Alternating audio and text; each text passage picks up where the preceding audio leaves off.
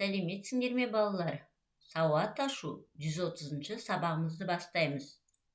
Бүгінгі сабағымыздың тақырыбы кейіпкерлерді сипаттаймын. Йо әрпі. Бұл сабақта сен йо әрпін танисың, ажыратасың және оны дыбыспен сәйкестендіресің. Құрамында йо әрпі бар сөздерді буындап, тұтастай және түсініп оқисың. Йо әрпін көркем жазасың. Балалар, сабағымызды бастамас бұрын жұмбақ шешіп алайық. Қане мұқият тыңдайық.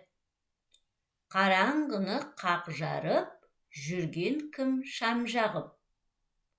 Ол кім деп ойлайсыңдар, балалар? Дұрыс айтыңдар, балалар. Ол монтер екен. Монтер үйімізге электр қуатының дұрыс келуін қадағалайтын адам. Енді балалар, монтер деп айтып көрейікші.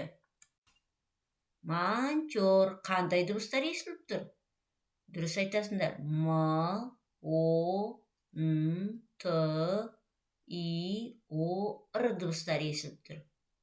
Бірақ балалар, монтер деген сөзде И мен О дыбыстары естілгенімен, оның орнына йо әрпі жазылады екен.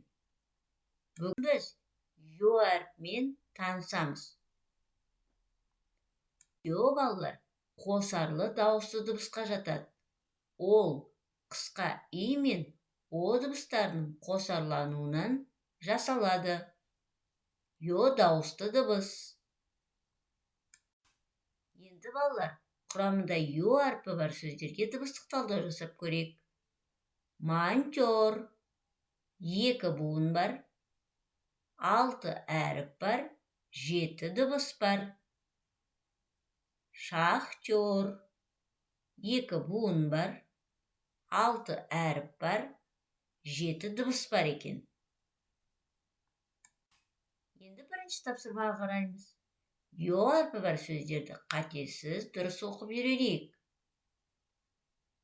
Фуникулер, актер, дирижер. Енді балалар, фуникулер мәтінін түсініп оқиық. Көктөбе Іле Алатауының бөктерінде орналасқан биік төбе. Көктөбеге арқанмен тартылған вагон арқылы көтеріледі. Мұндай аспа жолды фуникулер деп атайды. Балалар, фуникулердің не екенін білдік бе? Ол аспалы жол екен. Екінші тапсырма. Ойлан тап. Бүгінгі қойылым өте әсерлі болды. Маған қорқақ аңның рөлін ойнаған актер қатты ұнады. Қалай ойлайсыңдар? Актер қай аңның рөлін ойнады? Сол аңды сипаттап көріңдер.